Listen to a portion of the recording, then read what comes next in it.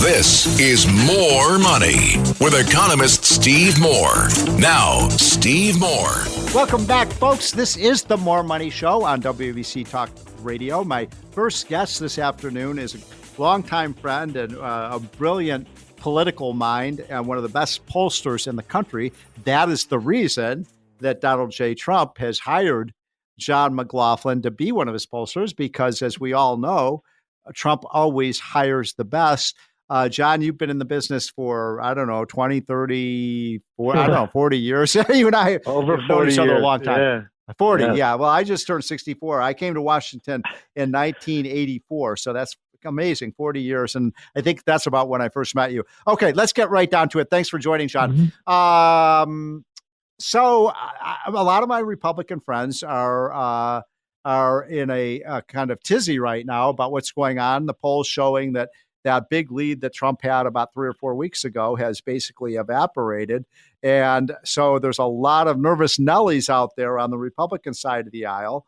How do you rate this rate right now? How do you handicap things? And let's start with that. Well, the poll I trust the most is my own. And we've done a monthly poll, not for the Trump campaign, but for our clients that we put out every month, and it's published on our website, McLaughlinOnline.com. And we put it out last week, and Trump was up 2 points. And the ironic part was, on June 26th, the day before the debates, Trump was up nationally by 2 points over Biden in our poll. And it's modeled after the 2020 turnout. So it has more Democrats, it has 4 points more Biden voters in it. It's so it reflects the 160 million people who came out in 2020. So we haven't had the big swings that you've seen in these other polls, but she had a honeymoon over the past couple of weeks. And the interesting thing about our poll that had Trump up to, Trump wins the debate huge, clocks Biden on the issues. He didn't get enough credit. He knew the issues inside out. People agree with him. That's what made Biden look bad.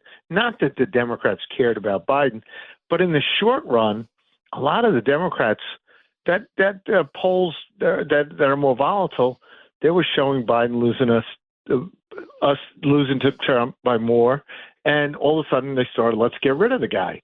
And then Trump miraculously survives by the grace of God, an assassin's bullet. We have a great convention in Milwaukee. The party's unified. And 3 weeks ago, all of a sudden, Biden withdraws. It picks Kamala Harris. And we take the poll and we release it last week, and Trump's up too. It's like none of this ever happened. Trump's base is rock solid, and it's intense, and they're likely to get out. The Democrats, we saw in our poll, in our national poll, that among black voters, Trump went down from 28% to 18%. So she was getting more of those voters. We held about the same with Hispanics. White voters, we went up. Biden, we were only beating 51-40. Against Harris, we were winning 56-38. And what was the biggest jump was in rural areas, because, Harris does well in San Francisco. Big cities, big liberal cities. So in rural areas where we were leading Biden 52-38, all of a sudden we're leading Harris 62-33.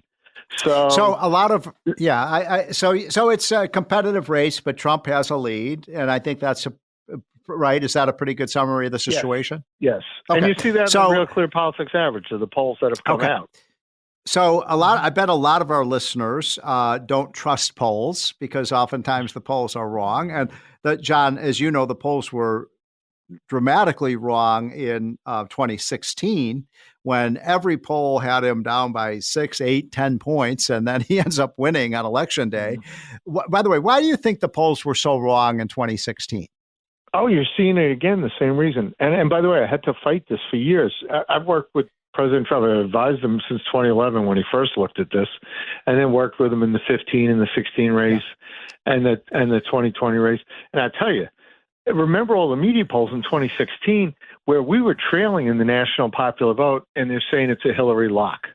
I got in trouble with the guys because on Election Day, I'm on Sean Hannity's radio show and I'm on these other TV shows, and I'm saying it's Election Day in 2016. I'm saying Trump's going to win, but it's going to be very close. And they're like, they're nuts. Like 538 has it, a Hillary lock. And then in 2020, they're saying it's wait. Hold on. Time out.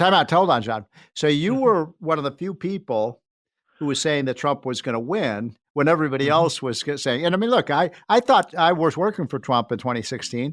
I didn't believe that he had no chance, but I would have probably said he had about a 1 in 3 chance of winning, and he ended up winning. And now how is it that you saw something in the polls that the others didn't see? Well, I was working for the campaign, so I had the inside poll. Yeah. We had our own polls, and I'm very strict. Yeah. I do have an MBA in quantitative methods and finance from Fordham, and so with the polls, you got to be very careful where you sample, where you pick, make sure that you model it after previous elections and likely elections, and then you have to have quality controls while you're doing it, and then you got to check it when it comes off to make sure that it really makes sense. And we, back in 2016, we had polls that we could win Pennsylvania, we could win Michigan, we could win Wisconsin. And they were really close, but it was like, there was 139 million votes that year, and by 78,000 votes, 44,000 in Pennsylvania, 22,000 in Wisconsin, and 10,000 in Michigan, we were able to win. And but then John, hold on. But then he lost those states in 2020. Yeah. So how does he win them back in 2024? Well, he wins them back through a pro-growth optimistic message that you've helped him with. And also by those states, a lot of those battleground states, there isn't that much polling yet, but they've always been close. But let me tell you, this is a lot better than 2016 and a lot better than 2020, where we were losing, and we were losing in a lot of those battleground states, and we had to make it up. And to Donald Trump's credit, I mean, in 2016, he was doing 5 or 6 cities a day. He was, I traveled a bit with him. I know what you're talking about. Yeah, and go to the media polls. The media polls. There was recently an Economist YouGov poll where they said that we were down 2 to Kamala Harris. They had 38% Democrat to only 28% Republicans. The exit polls in 2020 said it was 37 Democrat, 36 Republican. In 2016, it was 36 Democrat, 33 Republican. We haven't been under 30% of the vote since the 20th century. And every point you take the Republicans down, you're taking Trump down a point. So that poll that had us up by 2, if it was modeled after a real election turnout, would have Trump ahead. And you had another one, the CBS YouGov poll last weekend. They had 31% liberal. The exit polls in 2020 were 23 liberal. They had 30% conservative, and we were 38% on election day. Yeah. So it was a 16-point ideological swing against us to have him down a point or down 3 points, whatever. It's just, you're seeing bad polls that are trying to suppress our vote instead of get the Democrats excited and suppress our voters. You're seeing that go on right now. My kind of amateur take on this election is that Kamala Harris is probably more popular today than she'll be, an election day, right? I mean, most Americans are, they like the idea of a black woman on the ticket, and it's exciting, and she's got a charming smile and that kind of thing. But I don't know, John, maybe I'm wrong about this, but I don't think people really realize how radical her positions are on the major issues of the day. Would you agree or disagree? Absolutely, because if you watch CNN, if you watch MSNBC, or you don't watch any information news channels, you don't know where she stands. I mean, you don't know that she was by the way, there's a recent poll out. Only half the voters in the country know that she was the border czar of the Biden administration. They don't know that? They don't know that. And that was a Matt Towery, Cahaly Insider Advantage poll. Wow. They don't know that. Half the voters don't know. And the media is already, President Trump the other day had a great press conference, and he was getting out the facts. And CNN's busy fact-checking him after it's done to talk about, we're not in a depression. It's like it's right. It's like Pravda. It's like you got the government funded media is basically only telling positive things about Harris. She picks Walz. That was her first big mistake of the campaign. It looks like, because he's more radical than she is, and that's hard to do. Right. I mean, they're both for sanctuary states, sanctuary cities. They're both for, government health care and tuition for illegals. And they're both for the largest tax increase in the history of the United States. Yeah. How often have you heard the media talk about when the tax cuts that you helped President Trump bring about, when the 2017 Tax Cuts and Jobs bill expires, it's the largest tax increase in the history of the United States that will raise taxes on 91% of all people, and the voters don't know it. And Trump's talking about no tax on tips, no tax on Social Security. I mean, he's talking about growing the economy again. So we need a solid contrast of what Trump did when he was president compared to her radical policies. So great point. I couldn't agree more. That's why we put out our document that compares side by side. You go to unleashprosperitynow.com and you can find the chart book that shows, I don't know if you've seen that yet, John, but 25 side by side of Trump versus Biden Harris on everything from employment to inflation to interest rates to small business, and Trump's Kamala and Biden on each one of those. Okay. By the way, I'm talking to the great pollster, John Mclaughlin. Appreciate your time this afternoon, John. So what is it? Let's get to the crux of the matter. What worries me, John, is people like my sisters, who I love and adore, but they're not Donald Trump voters. They don't like Trump, but I think they're gettable. They're gettable. I mean, they're not crazy liberals. So and I think in 2016, a lot of these, women, suburban women, at the end of the day, did vote for Trump, but then they didn't vote for him in 2020. How does he win those suburban moms who maybe, they don't like Trump's style? He's a little too flashy, bombastic, but they like his policies. How would you advise Trump to win those voters? Well, by the way, your newsletter is great. I read it every day. It's like thank you, John. No, because it's substance. I deal in polls and politics. That's substance abuse. So we have to, the facts. Our side. We have to be right about the facts.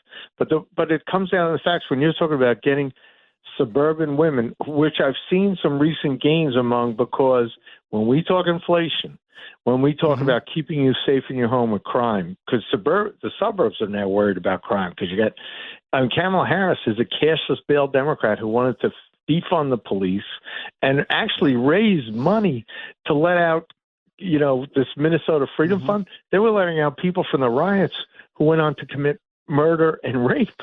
I mean, that's who she is. So she won't keep you safe. She casts the deciding vote. You're going to see an ad on this from the Trump campaign. She cast the deciding vote in the Senate to break the deadlock, the tie on the rule to allow Biden's $1.9 trillion, $1.9 trillion spending bill. That the deficit, right? You're the expert. It's over $1 trillion a year now, $1.5 trillion, right? And that was all inflationary. That kicked off inflation. She cast the deciding vote in the Senate to trigger inflation, where it went to a record that we haven't seen. So the food prices you're paying in the store, the gas prices you're paying at the pump, which she's against fracking. She's for all these limits on oil and gas production. You pay the price for her policies every day. And think about it when Trump was president, because it really is true that you were better off 4 years ago than you are today.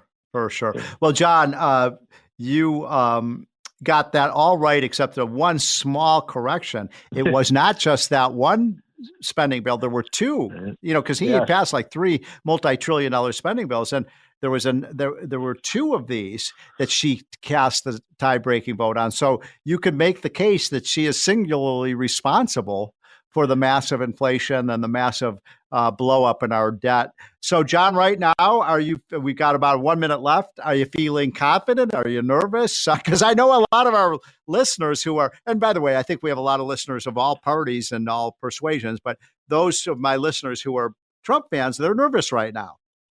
Well, look, we're confident, but in a point that we always run like an underdog. We always run like we're behind in the Trump campaign. Yes, He works so hard. Yesterday he was in Montana. He's doing rallies. Amazing. He's going back out on it. The only thing that stopped him this week was Tropical Storm Debbie. He had to cancel North Carolina. But he did the press conference. But it's like we run hard, and we've been here before. But it's actually a better position, and we have a weaker opponent, and Trump is very strong. We have a weaker opponent. Yep. She's got a very bad record. We do need to get that out, and we do need to have the contrast of who was the better president, Donald Trump when he was there, or this Biden-Harris administration, which has really just weakened the country beyond belief on a whole series of fronts, whether it's the economy, inflation, immigration, border, et cetera. You are 100% correct, my friend. John Mclaughlin, thanks so much for taking some time out of your weekend to be on the More Money Show. Appreciate it. I owe you a burger or a Starbucks or something. Folks, we'll be right back. This is the More Money Show on WABC.